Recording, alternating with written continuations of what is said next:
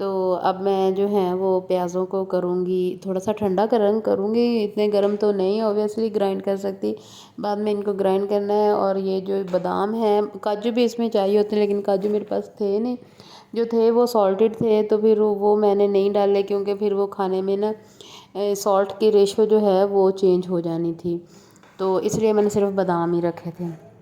اور یہاں پر جو ہے پیاز ان کو سوٹے کرنے کے بعد جب یہ تھوڑے سے ٹھنڈے ہو گئے تھے تو ان کے اندر میں نے تھوڑا سا پانی ڈال کے تو جگ میں ان کو گرائنڈ کر لیا تھا۔ اس طرح یہ ہوتا ہے کہ کچے پیازوں کا وہ نہیں آتا، اچھے سے بھن جاتے ہیں اور مزے کا لگتا ہے۔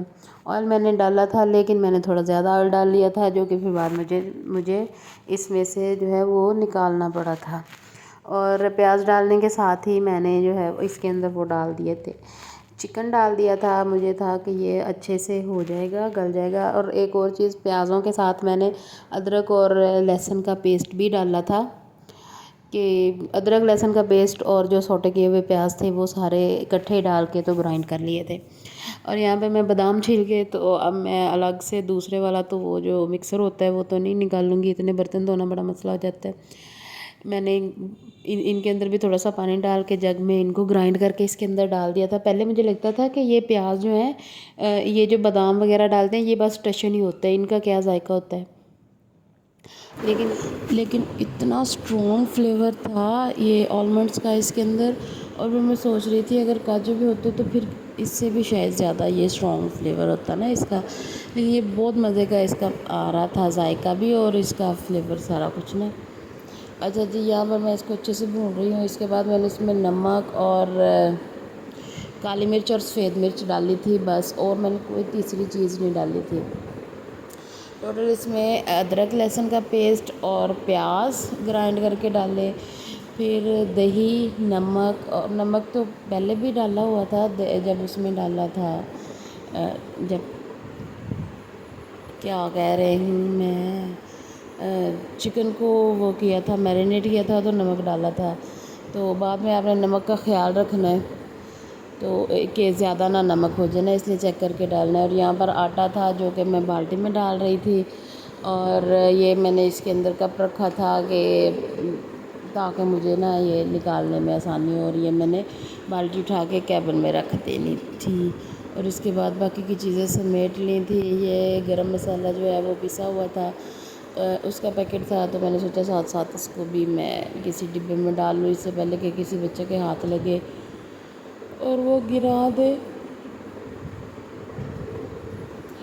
اور مجھے نہیں سمجھ آتی کہ یہ جو بچے ہوتے ہیں یہ اتنے اٹریکٹ کیوں ہوتے ہیں ان کی طرف۔ اور یہاں پر یہ بن گیا تھا الحمدللہ۔ یہاں پر آپ اس میں سبز مرچیں اور ادرک سے اس کی گارنشنگ کر سکتے ہیں، ایسا یہ سائڈوں میں جو جلا ہوا ہے اس کے اوپر آپ نے نہیں جانا ہے، یہ بس ایسے ہو جاتا ہے کبھی کبھی تو۔ لیکن یہ بہت مزے کا بنا تھا، بہت ہی زیادہ مزے کا بنا تھا۔ میں آپ کو یہ کہتی ہوں، میں تو اس لیے نہیں ڈالتی نا کہ میرے بچے ہیں انہوں نے کھانی ہے، تو میں ذرا یوں ثابت سبز مرچیں یا ثابت تو ڈال لیتی ہوں، کاٹ کے گارنش وغیرہ نہیں کرتی، وہ مجھے اچھی نہیں لگتی۔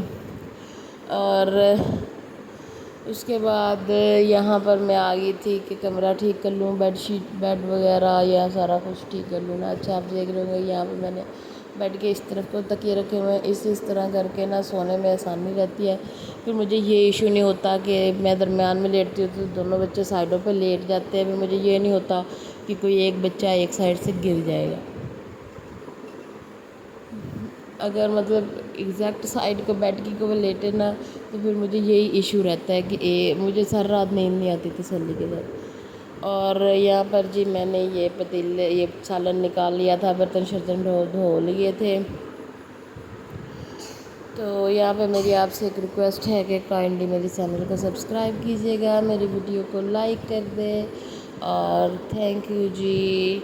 اس کے بعد یہ کھانا کھانے کے بعد یہ میں نے جو صفائی کی تھی سارا دن مل کے اور چیزیں سمیٹی تھی، یہ اس کا تیا پانچا ہو رہا ہے۔ ہمبل اور حاطب سارے کھلونے بکھیر کے اپنی دادوں کے پاس بیٹھے ہوئے تھے کہ ہم نے کھیلنا ہے، تو اس کے ساتھ ہی مجھے دیجیے اجازت۔ بس میرے چینل کو سبسکرائب کرنا مت بھولیے گا، میری ویڈیو کو لائک کرنا مت بھولیے گا. میں ذرا یہ بچے سلا لوں اور یہ جو کھلونے ہیں ان کو دوبارہ سے اکٹھا کر لوں کیونکہ یہ کام رہ گیا ہے میرا. اللہ حافظ.